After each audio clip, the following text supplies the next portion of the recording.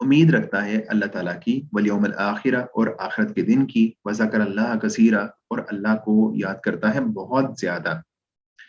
تمہارے لیے اللہ کے رسول صلی اللہ علیہ وسلم کی زندگی میں بہت اچھا نمونہ ہے، ہمیشہ سے اچھا نمونہ ہے اس کے لیے جو اچھا نمونہ اس کے لیے ہے جو اللہ تعالیٰ اور یوم آخرت کی امید رکھتا ہے، جو چاہتا ہے کہ وہ اللہ تعالیٰ سے ملاقات کرنے والا ہے اور جو آخرت کی امید رکھتا ہے، اللہ تعالیٰ سے اس کی ملاقات ہونی ہے اور آخرت جو ہے وہ بقا ہونی ہے، جس کو اس کا یقین ہے اس کے لیے جو ہے نا بہت اچھا نمونہ ہے۔ اللہ کے رسول علیہ الصلوۃ والسلام کی اقتداء میں بہت اچھا اسوہ موجود ہے۔ اسوہ سے مراد یہاں پہ یہ ہے کہ دیکھو کہ جب تم پر کوئی سختی آئی ہے، منافقین ہوں یا صحابہ کرام ہوں، اگر کوئی سختی آئی ہے تو دیکھو کہ اللہ کے رسول علیہ الصلوۃ والسلام کا اسوہ یہ ہے کہ وہ تمہارے اندر موجود رہے ہیں، وہ کہیں خدا نخواستہ کہیں دور نہیں گئے تم سے، تمہیں چھوڑا نہیں انہوں نے۔ اللہ کے رسول علیہ الصلوۃ والسلام نے ہر لمحہ تمہارا ساتھ دیا ہے۔ اگر خندق کھودنے کا معاملہ آیا ہے تو تمہارے ساتھ مل کے ہر کام کیا ہے، مٹی ڈھوئی ہے، پتھر ہٹائے ہیں، پتھر اٹھائے ہیں، اور جو ہے تمہارے ساتھ مل کے وہ لڑائی کر رہے ہیں، سارا کچھ کر رہے ہیں۔ تو تمہیں بھی اس جیسا بننا ہے۔ تمہارے لیے اللہ کے رسول صلی اللہ علیہ وآلہ وسلم کی ذات میں بہت اچھا جو ہے وہ نمونہ موجود ہے۔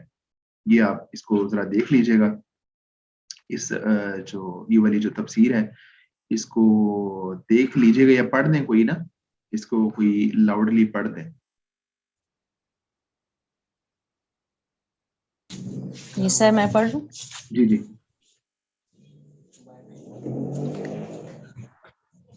لقد کان لکم فی رسول اللہ اسوۃ حسنہ، اسوۃ اور قدوۃ جس کی پیروی کی جائے یعنی نمونہ، اس میں لڑائی سے پیچھے رہنے والوں پر عتاب ہے، یعنی تمہارا فرض تھا کہ جس طرح اللہ کے رسول صلی اللہ علیہ وسلم اس موقع پر جان لڑا رہے تھے اور تمام تکلیفوں اور مشقتوں کا مردانہ وار مقابلہ کر رہے تھے، تم بھی جان لڑاتے۔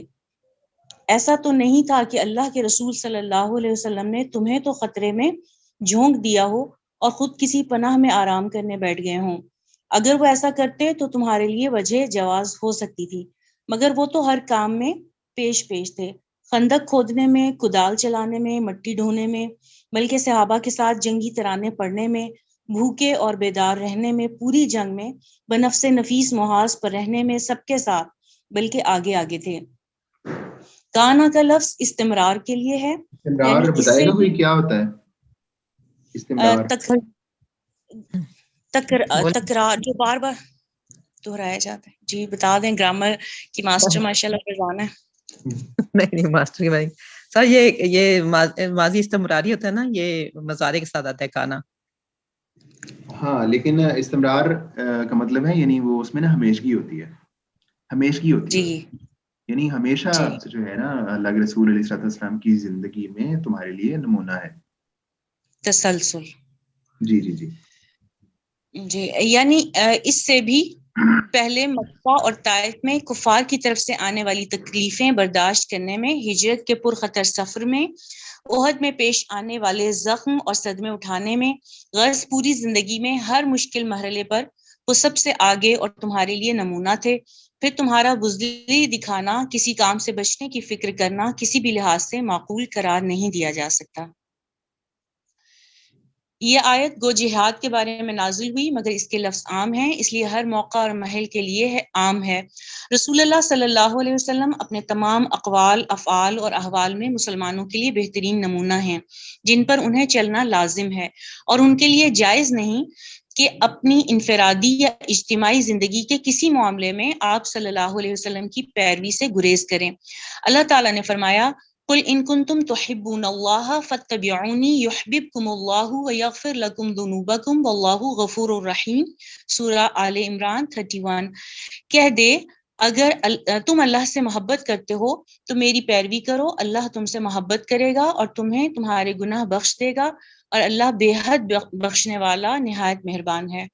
اسوۃ حسنہ، اسوہ نمونہ دو طرح کا ہے، ایک اسوہ حسنہ یعنی اچھا نمونہ، اور دوسرا اسوہ سیئہ برا نمونہ۔ اسوہ حسنہ تو رسول اللہ صلی اللہ علیہ وسلم ہے، کیونکہ آپ کی پیروی کرنے والا صراط مستقیم پر چل کر عزت و نعمت کی جنت تک پہنچ جائے گا۔ آپ صلی اللہ علیہ وسلم کے خلاف جو بھی ہے وہ اسوہ سیئہ ہے. جیسا کہ کفار کو جب رسولوں نے اپنی پیروی کا حکم دیا تو انہوں نے کہا انا وجدنا آباءنا علی امۃ وانا علی آثارہم مہتدون. الزخرف 22. بے شک ہم نے اپنے باپ دادا کو ایک راستے پر پایا ہے اور بے شک ہم انہی کے قدموں کے نشانوں پر راہ پانے والے ہیں. لمن کان یرجو اللہ والیوم الآخر. اس اسوہ حسنہ پر وہی لوگ چلتے ہیں اور انہی کو اس کی توفیق ملتی ہے جس میں 3 وصف ہوں. ایک اللہ پر ایمان، اس سے ملاقات اور اس کے دیدار کی امید. دوسرا آخرت پر ایمان، اس کے ثواب کی امید. اور تیسرا کثرت سے اللہ کو یاد کرنا. ان لوگوں کو یہ تینوں چیزیں رسول کی پیروی کے لیے ہر وقت آمادہ اور مستعد رکھتی ہیں، بخلاف کافر اور جو منافق کے. اسوہ حسنہ ہے نا، جو اللہ کے نبی علیہ الصلوۃ والسلام کو اسوہ حسنہ ہے، اس پہ جو چلنے والے لوگ ہیں نا، ان کے 3 اوصاف ہوتے ہیں. اللہ پر بھروسہ، اور اتنا بھروسہ کہ ان کو پتا ہو کہ اللہ تعالیٰ سے ملاقات کرنی ہے، اور اللہ تعالیٰ کی دیدار کی امید ہے، اللہ تعالیٰ نے اپنا دیدار کروانا ہے جنت میں، اور ان کو مکمل کامل یقین ہے کہ جو ہے نا یہ ہو کے رہنا ہے، اللہ تعالیٰ نے ہمیں جنت میں اپنا دیدار کروانا ہے، اللہ تعالیٰ نے ہم سے ملاقات کرنی ہے. ان کو کامل بھروسہ ہوتا ہے. دوسرا ان کا جو ہے نا آخرت پر کامل ایمان ہوتا ہے. اور تیسرا جو ہے نا